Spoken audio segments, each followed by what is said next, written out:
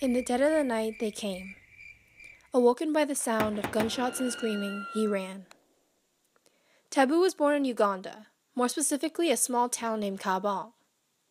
He was popular in his village because he had access to a TV. When he and his friends had spare time and weren't either doing chores or going to school, they would gather in Taboo's house and watch movies on his tiny TV. Their favorite movies were action films starring Chuck Norris. The children of the village liked the idea of a place where a man was still brave and fought with his hands. The children of Kaobong cherished these stories and held on to the idea of what America could be like. When Taboo was 7, his village was raided by LRA soldiers. The LRA, or Lord's Resistance Army, is a religious militant group whose leader, Joseph Kony, claims to be a prophet fighting in the name of God. Kony believed that he could talk to spirits and that spirits could possess him.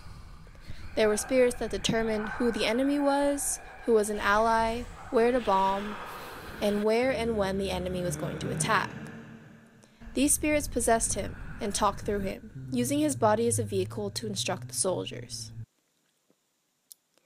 The world was dark when the LRA came.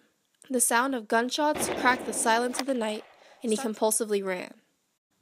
The night that Kony raided Taboo's village, he and his army killed hundreds, destroyed his home, and abducted over 200 kids, robbing them of their childhood and turning them to soldiers, fighting for the wrong cause.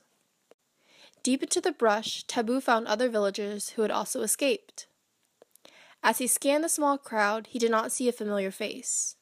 He had to assume his family was back in the village, either dead or abducted. Taboo and the other villagers took off from the brush and walked for hours. They walked up and down the mountains that separated Uganda and Kenya and across the Kenyan border.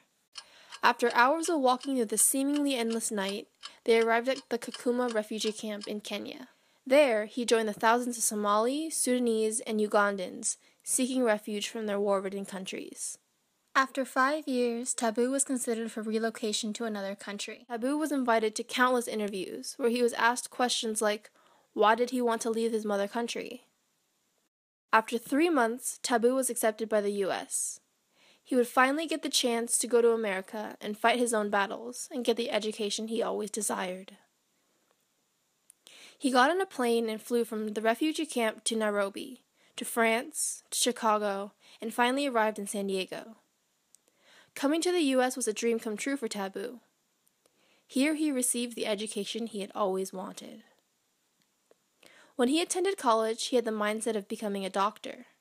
However, he felt that becoming a doctor wouldn't have the biggest impact. He asked himself, what could he do to help those back in Uganda? Today, Taboo is studying political science and law. He feels that being a doctor will only allow him to help a few, whereas being a politician, he can mend a nation.